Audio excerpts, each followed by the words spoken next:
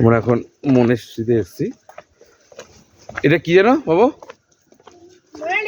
এটা কি কি মনেশ্রীর ব্যাপারটা বল একটু, বল। তুই আমাকে কি সুন্দর বোঝালি, একটু বোঝা।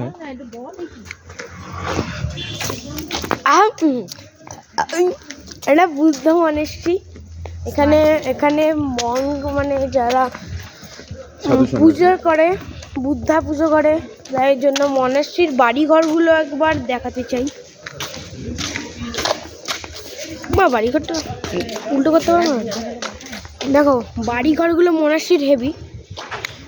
আর এইটা আসল জায়গাটা হলো চায়না, জাপানে। আর জাপানে বেশি আসল জায়গাটা এই যে মনেশ্রী। এখানে সব